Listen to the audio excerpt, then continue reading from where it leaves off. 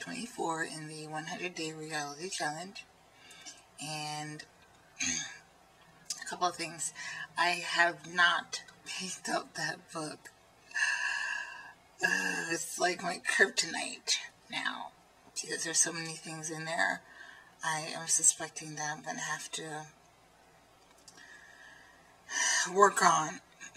And it seems a bit daunting because there's so much of myself that I've been working on already. And it seems like it's going to open up a whole new rash of things. So I have not picked up the book. I'm going to give myself some time to be mentally ready to do it, so that it'll stick and stay with me instead of just being something that I rush and get through. So I didn't pick up the book, but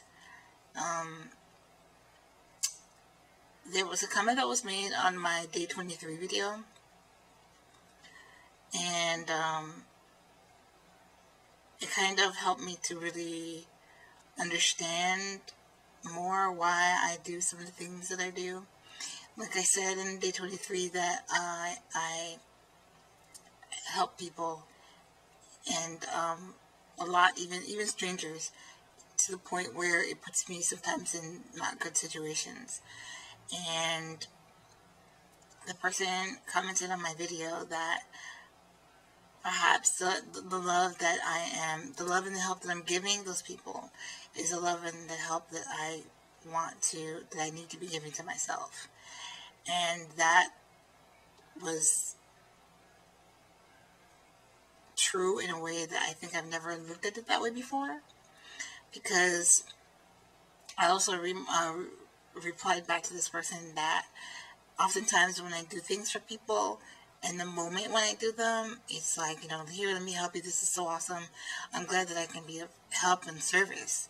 And then afterwards, when they're well on their way and things are okay with them for the moment, I feel this sense of jealousy. I mean, let's be real. I'm gonna take this reality challenge to be really real, and not to lie to myself. So, oftentimes I feel jealous of the help that I give them. And it's like I wish that I had someone or people to be that type of help to me when I need that type of help. And by mentioning, by the commenter mentioning that maybe this love and help is something that I need to give myself, it really settled in my mind in a way that it's like, yeah, that's exactly what it is I think that I'm doing.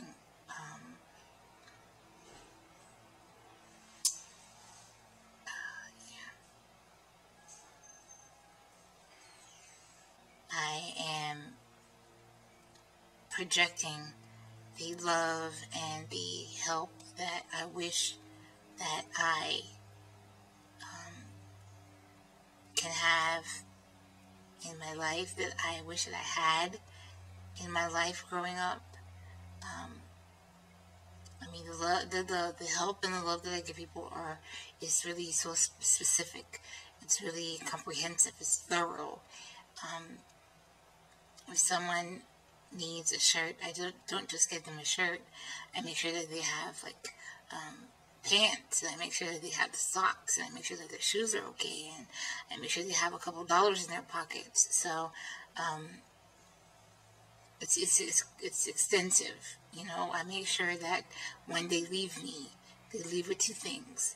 They leave with more than what they expected, and that they remember that a complete stranger, someone who is maybe not attached or invested in them in any way, really cared in that moment for that time for them.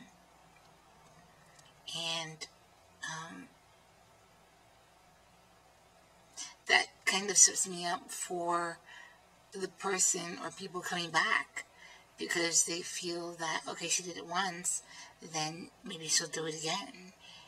And sometimes it's not the case.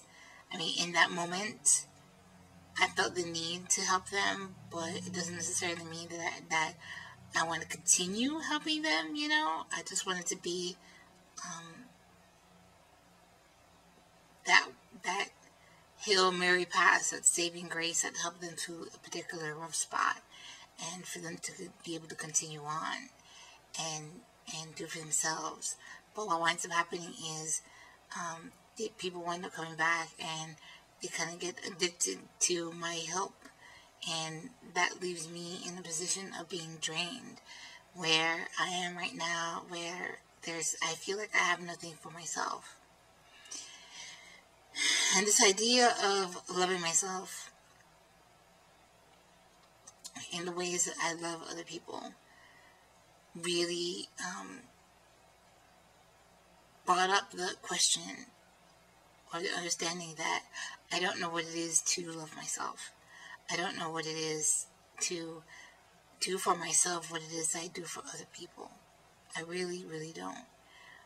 I don't understand what that is supposed to mean for me, you know, because I'm a very tactile kind of person. I'm a very proximity-driven type of person. I'd rather take an hour bus ride to go see somebody for half an hour instead of talking to them on the phone for 5 minutes, you know. I'd rather the company of the person. There's something to me very comforting and something very sacred and powerful in being with someone in close proximity versus just calling them on the phone. I'd rather, you know, even if I don't have the words to say, I'd rather just sit with someone in their time of silence, not saying anything, and being there for them that way, you know, than anything. And I know that was the biggest motivator in my last relationship breaking up, because it was long distance, and for me, that wasn't gonna work, you know. I only stayed as long as I did because I thought there was a chance that she would move and be with me, since I couldn't move and be where she is. And she didn't make that. She didn't take that step.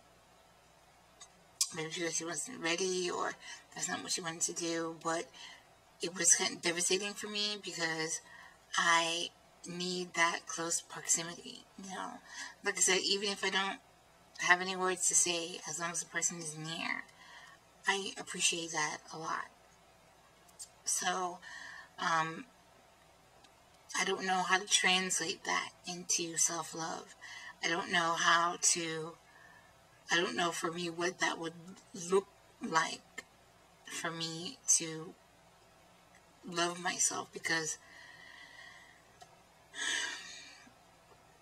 my understanding of loving is very task-driven. If I want to show somebody that I love them, I'll bring them dinner. I'll clean their room or mop their floor. I'll fold their laundry. I'll do their dishes.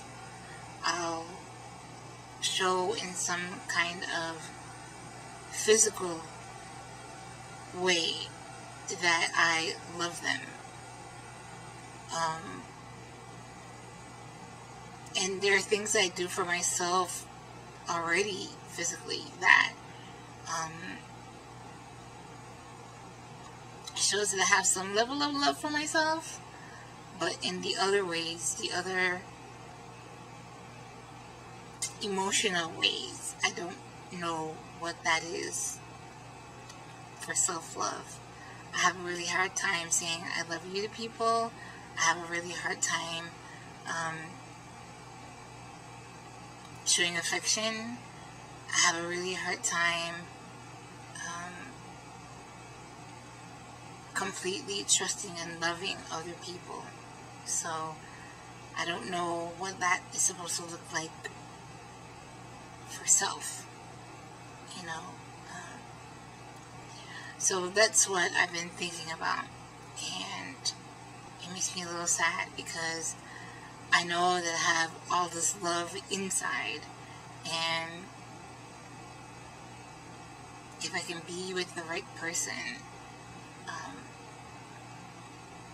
it'll be easier, you know, to show that. But that's a catch-22, because how do you know who's the right person?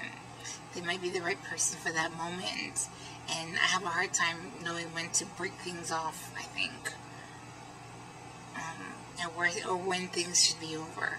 So I don't know, a little bit all over the place today on day 24, but that's what I've been thinking about. I mean, I read 37 pages of that book, and I've got like questions up the yang already about things. It just feels a little daunting to have to read the book and do the exercises, but I'm gonna do it because I need to understand these things about myself, because I don't want to be alone. I want to be married. I want to be a wife. I want to have a wife. I want to, if we don't have children, you know, we have pets or something, but I have that nesting instinct. And I want to be able to connect on that level with someone that really appreciates me, that really loves me, that really takes time to understand me, that wants to be with me. Not for what it is that I can do, but just for me. But I know first I need to love myself just for me, and that's hard. So it's hard because I feel like there's so many things wrong with me. There's so many things that I think, who would want to deal with that? Who would think that that's okay, you know?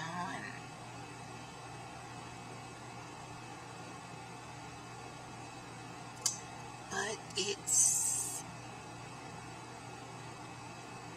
lonely, you know? It's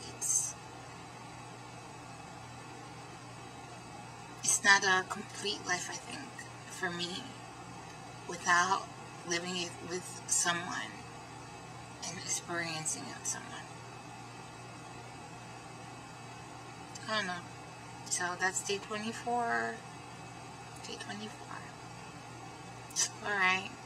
See y'all tomorrow. Bye. You got it. You got it. You got it.